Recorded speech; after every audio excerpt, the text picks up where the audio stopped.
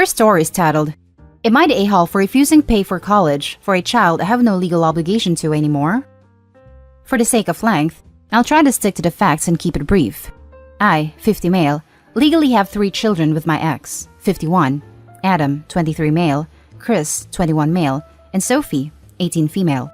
Biologically, the first 2 children are mine, and youngest is the result of my wife's infidelity. I discovered this the day when Sophie was 2-year-old, and we had to rush Sophie to the emergency room. I filed for divorce 2 months later. I got 50-50 custody of my own children, but since Sophie was legally mine, I had to pay child support for her and was very bitter and resentful about it. I tried to fight it at first, but in the end, decided to suck it up to save myself the stress. But I made it very clear to my ex that outside of child support, I would take no other responsibility for the girl and would shut down any attempts at being her father. But I would make the effort to still be polite to Sophie. After some time, I learned to trust again and remarried a wonderful woman who made it very clear that she and her daughter were a package deal. I accepted this and did everything I could to try and be there for my stepdaughter, Katie, 17 female. Aside from typical ups and downs, I would say I managed to make a great family life for myself. We'd have family nights. I attended most after-school events, took my family on fun vacations, and put my sons through school and paid for their apartments and cars. They were on their own for gas money. Chris is expected to graduate this coming summer, and I made a silly post on social media about how relieved I was going to be that I only had one more kid to put through school left. A couple of days later, I got a message from my ex asking me to pay for Sophie's college expenses on my own, since the pandemic has made money tight. I asked her what she meant, and she referred to my post, and I reminded her that my legal obligation to Sophie ended the day she turned 18, and that I was talking about Katie. My ex was furious, demanded to know why I was willing to pay for Katie and not Sophie, since neither of them are related to me. I countered by saying that I knew up front Katie wasn't my biological child, and agreed to care for her instead of being conned into doing it like I was for Sophie. After that, I got a call from Sophie, asking what she did to make me hate her so much and to leave her feeling so excluded. I told her softly that I don't hate her, and that nothing about this situation was her fault, but the simple truth is that it wasn't personal. I'm just not her father. Since then, my sons have told me that Sophie was becoming really depressed. My ex is blaming me, but I don't see what I have to do with it. Am I the a-hole? Edit, just to be clear because I keep seeing the same questions. 1. The kids know why I divorced their mother. 2. My ex claims that Sophie was the result of a one-night stand and doesn't know who her father is, which is one of the reasons why I was kept on the hook for child support. 3. After I learned the truth, I was very angry and didn't think I could handle raising a child that I was tricked into caring for, so I decided to keep my distance. 4. Just because Sophie wasn't mine and I treated as such doesn't mean that I was horrible to the girl. I also made sure that my children knew that what happened between their mother and me was not Sophie's fault and they should never be mean to her. Now for the top comments. Not the a-hole. That poor girl. You don't have any legal or moral obligation to her, but she's taking the brunt of the consequences for your failed relationship, and none of this is her fault. Opie's not the one who failed in that relationship. It was her parents that were the failures. Regardless of the who's in the wrong question here, the grim reality is that Opie should be prepared to lose his sons. Some things that shouldn't necessarily be sides issues are going to end up being that way anyways. Of course, it has always been incredibly upsetting and confusing to Sophie that her legal father is distant and stilted with her while having a relationship with her brothers. And of course, her brothers have grown up witnessing that grief and have complicated feelings about it themselves. To children, that would come across as arbitrary cruelty. As young adults, they may understand it intellectually, but that doesn't mean they feel it the way Opie does. Now it is coming to a head, with Sophie realizing her adult life is going to be dramatically harder than her brothers, again, through no fault of hers, and her brothers can appreciate that that is brutally unfair, and they're all at home together experiencing this collective trauma of quarantine. And Opie is in a different home, with a different family that he has chosen for himself. That by no means makes him an a-hole, but in his son's position, I couldn't imagine my heart not breaking for my sister and feeling with resentment for my father. It can be no a-holes here, but still be a no-win situation where Opie will have to make the choices he makes and have to live with the consequences. I guess technically not the a-hole, but it's hard to wrap my head around loving a child for 2 years, then stopping, since she wasn't biologically yours. Well, realizing that you were lied to and tricked into being someone's parent can play a huge role into it. Not the a-hole, your ex knew that Sophie was not yours. You made it clear you were done supporting her once you were no longer legally responsible. There is one huge a-hole in this. That is your ex. 1. She cheated on you. Had you believing you were the child's father and had you stopped paying child support until Sophie was 18. 2. Your ex was too selfish to plan for Sophie's education. That is her fault, not yours. I just want to add that Katie has nothing to do with this. Whether you had a stepdaughter or not, you would not be paying for Sophie's education. So, your ex or anyone else should not be bringing up the fact you're willing to pay for Katie's education, but not Sophie's. The two things are mutually exclusive of each other. Just happen to be the same thing. I hope that last part made sense. Now for the second story. Am I the a-hole for telling my mom she didn't do crap in raising me? I, 25 female, have had a terrible relationship with my mother for most of my life. She has been pretty abusive emotionally throughout my life, doing things like taking away my bed so I had to sleep on the floor, locking away groceries so I had no food, giving away all my clothes to my younger sister, not letting me date or hang out with friends, etc. The rest of the family acknowledges she hasn't treated me well, but doesn't think she was abusive, and that I could have handled things better by compromising more. My dad separated from her when I was 6 and took my older sisters to live with his new wife. Mom got custody of me, but he has continued to pay for everything from my education. I got scholarships from high school to med school, and money for my share of the house utilities, etc. I even had to buy things like tampons out of an allowance he gave me, because she refused to, saying they were too expensive. Where I live, we have no concept of child protection, and parents are pretty much never ever considered to be wrong. Doing the bare minimum is seen as doing a favor to your child, so for almost 24 years, I've had to live with her abuse, and despite that, I've done pretty well in life. I graduated from med school recently and am moving soon to a different country for my new job. She started going on and on about how I should stay home to take care of her because she's invested her whole life in raising me. 24/7, she'll try to emotionally manipulate and guilt trip me into being her unpaid caretaker. I tried to ignore her at first, but she kept listing out things like, I paid for your food, I gave you so many privileges and spent so much on you, so I got mad and told her she didn't do crap for me. I told her I never asked to be born, and she's not special for doing the absolute minimum for a child she brought into this world on purpose.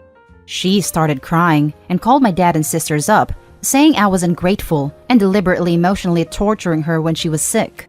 They're all telling me I am the a-hole because she has raised me for 25 years of my life and done her best, and that I didn't need to engage with her and create unnecessary drama when I'm going to be leaving soon anyway, especially since she has a chronic illness.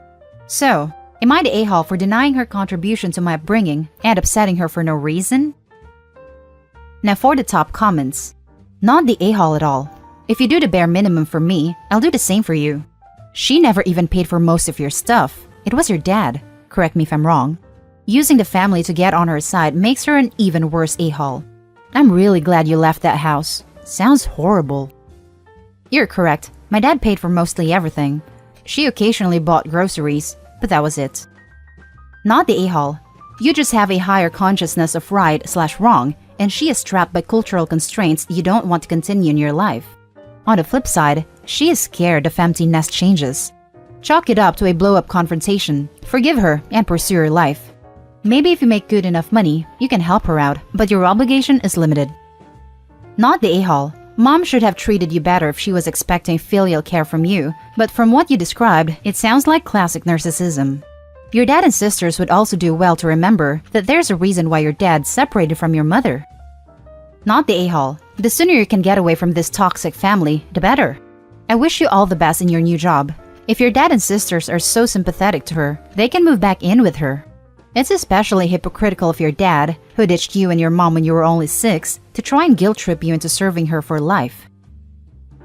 Now for the last story. Am I the a-hole for not forgiving my parents? I, 34 female, grew up with one sibling, 36 female, and both parents. There were various kinds of abuse. My sister was also the golden child. I came out as gay when I was 16. They interrogated me until I admitted. They then taped a letter to my door indicating that I was going to hell.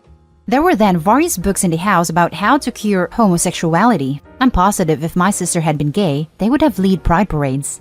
I left. I stayed with friends, partners, and well, anyone, until I could obtain some security a few years later. At first, I still went to family functions, but my parents wouldn't speak to me. My mother did not look at me. I did this for a few years until the anxiety was too much. Then, I only went to family events they weren't attending. They bought my sister a car, paid for her college, and all of her living expenses. I also attended college, had to go through a process so I wouldn't have to claim them on my FA/FSA. Therapist wrote a letter, and did graduate. But had given myself an ulcer due to the stress of being a full-time student with 2 jobs and a 16-hour unpaid internship. My parents only sent happy birthday texts. Then came my sister's wedding. She had 5 events I had to attend. I was a bridesmaid. During all of these events, they again didn't look at me. It was painful. About 2 years after this, they sent a text indicating that they wanted to give me money for the same amount they spent on my sister's wedding. I discussed with my therapist, and my therapist indicated my parents opted not to give me a lot of things I needed. But that doesn't mean I should feel shameful about taking what they are offering if there are no strings attached. So, I met with them for lunch with my then girlfriend.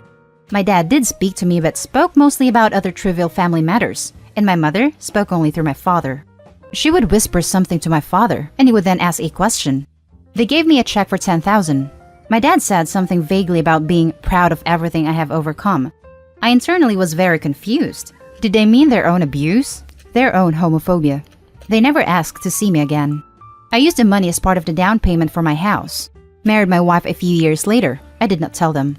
I didn't hear from them for a few years, other than the birthday messages. But in 2017, we began fostering. We took placement of a very sweet 14-month-old boy we adopted when he was 2.5 years old. I should mention my sister is child-free by choice. Since the adoption, I did not tell them. Any number of relatives could. My parents suddenly are vaguely sorry and now sending me weekly text messages. When I eventually indicated I felt this was only because of my child, they reportedly stated they didn't even know I had a child. They, however, not asked my child's name, age, how he came into existence, etc. They are now passively inviting me to various Zoom family events and really trying to have conversations.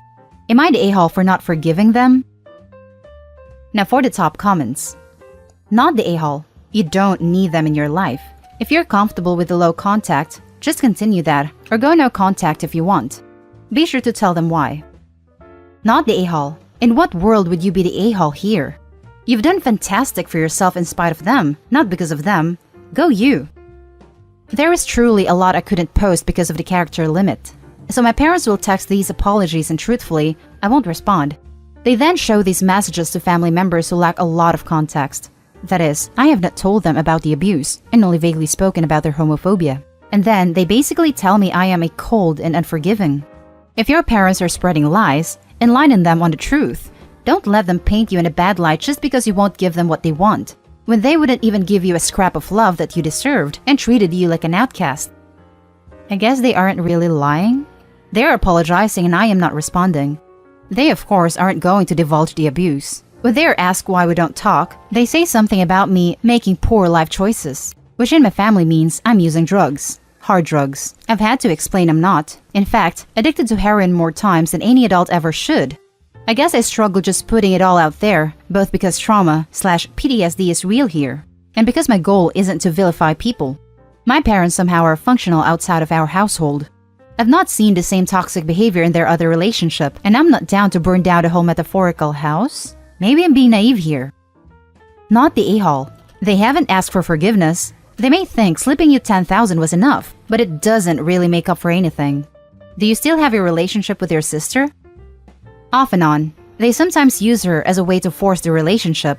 That is, she cornered my wife, telling her she needed to convince me to forgive them, and they deserve to have a relationship with their grandchild. And that's the end of this video, folks. As always, leave a comment and hit like and subscribe. And if you want more of this content, turn your notification on to get updated on the latest videos. And I'll catch you in the next one. Stay safe.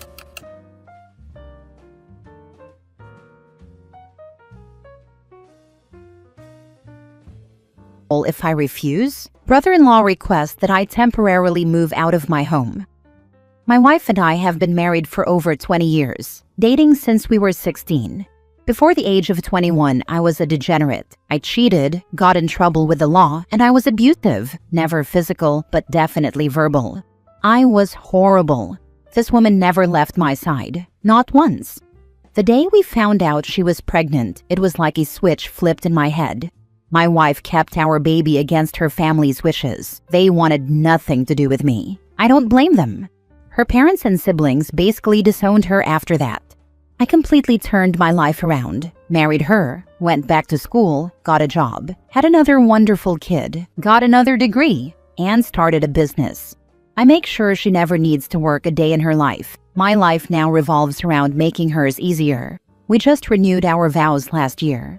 Time passed, and my wife has made amends with her family. But to this day, they do not acknowledge me. Again, I don't blame them. My wife's family lost her childhood home when she was around 13, when her parents divorced. It had been in her family for generations. She always wanted to own it again. Over the last decade, I kept tabs on it. About 3 years ago, the house went up for sale, and we bought it. My wife and I have been living there since. The kids are in college now, so it's just the two of us, and life has been very peaceful. Last month, my father-in-law died. Now mother-in-law is alone and needs a new place to stay. One of my wife's sisters never left the house or got married, and currently lives with and takes care of mother-in-law full-time. None of my wife's siblings can afford to take them in.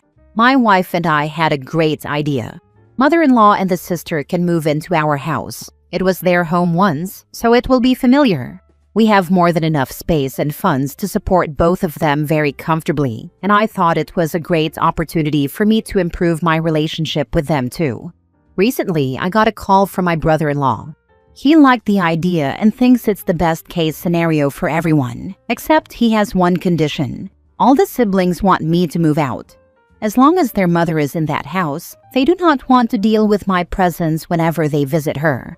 They also don't want to feel like they're under my roof. I was ready to say no until he said this, that he and his siblings had to spend years growing up, dealing with the fallout of their parents, losing their oldest daughter to me. The last thing I can give her, he said, is to let their mother have her kids around peacefully in the house. In their defense, my wife's parents did become crazy strict on the rest of the siblings after she left with me, but that was years ago. We're all in our 40s now. They don't care if my wife stays or moves with me, they just want me gone. The family plans to place mother-in-law in a nursing home when her health deteriorates, which we're guessing will be in a year or two. They're not trying to claim ownership of the house. I trust my wife and her family on that. They're just that appalled by my presence and want me to live somewhere else temporarily while they care for their mother in her final years. On one hand, I want to laugh at how ridiculous the request is. On the other, maybe I owe it to that family? Before I give my advice, what is your wife's opinion? This just happened and I don't think wife even knows about it. The impression I get is that wife told them our original plan, and they are still at we'll all think about it and discuss plans again phase. I know for a fact wife would be either A, completely shoot the plan down, or B, insists she comes with me. The reason I am getting advice before I even turn to her is I didn't know if I should just tell my wife, hey, this is what your brother said, and I'm totally willing to do it from the get-go, in order to make her feel better about it if in fact we did decide I will leave. This is the absolute worst thing you can do for your family. This is a bridge too far. They don't deserve anything. You all survived in spite of what they did and how they treated you. They don't get to still treat you like you're that degenerate kid and want something from you. F that noise. You offered something generous, and then they wanted to put caveats on it. You do not do that when someone is offering you a kindness. That they are doing that shows that they are crappy messed up people that you don't want around you anyway. Dude, the only reason that your mother-in-law and sister-in-law even have the opportunity to live in that house is because you bought it. Your wife's sibs need to grow the heck up and realize that people can change over the course of 30 years. Their refusal to acknowledge the fact that you are a completely different person now than you were back then is totally insulting to you and your wife. They should be grateful that you made the opportunity available. Their proposal is utterly selfish and insulting, not the a-hole. Seriously, he was a degenerate from the age of 16 to 21 years old. At 21, it sounds like he grew up and put his life together. I am honestly shocked that 20+ years later, the family is still holding his behavior against him from when he was basically still a child. These people seriously need to grow up. OP, I get you feel bad for your past actions, but enough is enough. It sounds like you have more than made amends for your early behavior. At this point, the family's treatment of you now is disgusting. They have no right to ask you to leave your house. That is just ridiculous. Don't leave your house. Don't let anyone but your kids stay in your apartment. The in-laws sound like they would not pay any bills because you can afford it, and then claim squatters' rights when it was time to move. You have treated your wife and children well, but your in-laws don't see it and probably never will. Stop bending over backwards for them and tell your wife to stop too. Next story. Am I the a-hole for getting mad at my girlfriend for not telling her parents no? My girlfriend, 23, and I, 25, moved into a house I just bought, a brand new house. And within 2 months of living in it, she tells me that she told her parents they could live here practically rent-free until they get their own place. Mind you, they are not just changing houses, they are being evicted. This is their second eviction in the last 7 years, all due to their poor financial decisions. They are both avid gamblers and have made other poor life choices. They both have an income that amounts to well over what they need to live on, yet they have always asked for money and never seem to have any. I told her that the only way they are going to learn is if we tell them no, and she refuses to do that because they're her parents. I told her that she's enabling them to continue with their bad habits, and that I am willing to break up with her if she doesn't change her mindset on helping them this way. I understand that they are her parents, but I am not supporting them as if they are my children. Is this enough to leave someone over? We have been together for almost 3 years. The house is in my name, and I can afford everything solely by myself. I'll try to answer any questions that may arise if need be. If you let them move in, they will never leave. That's my fear exactly. Don't let them move in, or you'll be supporting them forever. You need to consult with a lawyer as soon as possible. Break up with her and evict her. Don't let them squat. No joke. Once you open that door, it's way harder to close it. Getting legal advice early is key because emotions can cloud the situation fast. Breaking up and cutting ties might be tough, but it beats getting stuck supporting them for the long haul. Protect your space and your sanity. If the house is in your name, just kick her out and the 3 of them can go find a place together. Agreed. Letting them all stay when they've shown repeated patterns of irresponsibility only invites more chaos. If boundaries aren't respected now, it'll be much harder to reclaim your space and peace later. If she wants to play landlord to her parents, she can do it from a place they all pitch in for. You didn't buy a house just to become the fallback plan for 2 grown adults who can't stop gambling. That's not a partnership. That's a sitcom setup. Never sympathize with gamblers. You're not wrong for drawing the line. Love doesn't mean signing up to parent your partner's parents. Yeah, too many people confuse love with obligation. Like, yeah, they're her parents, but that doesn't mean OP has to co-sign their mess. If they've already been evicted twice and still haven't changed, what's going to make this time different? Letting them crash rent-free just teaches them that someone will always save them. I get wanting to help family, but at some point, tough love is the only love that actually helps. Next story. Am I the a-hole for not letting my ex-husband and one of his future step-kids come inside? Our custody arrangement is for each of us to pick the kids up on our designated day during a 2-hour pickup window. He arrived at the house, and I already had the boys ready. I saw his car pull into the driveway on my camera, so the boys were already halfway to the door when my ex knocked. I opened the door, and he was holding the hand of a 4-year-old. He asked to come in and said his fiance's son needed to use the bathroom. I told him I didn't want him to come inside because I don't feel comfortable with him in my house. He has a history of snooping through my things. He asked me to take his future stepson to the bathroom, and I said I was uncomfortable with his situation. He said the boy needed to pee. I suggested the McDonald's up the road. He replied that my bathroom would be way cleaner than a McDonald's. At this point, my 11-year-old started pestering his dad to stop so they could leave. My ex said, "Your brother needs to use the bathroom." My son said, "I'll take him." My ex replied, "No, your mother would rather he pee his pants. We'll go, and hopefully we'll get to the McDonald's in time." My ex and the boys left. He messaged me afterward, saying I was cruel to a child and that punishing him like that wasn't okay. He said I made us both look bad in front of our kids and should be embarrassed by my actions. I've been fighting with him for so long that my perspective is screwed up. Was I in the wrong? Now for the comments.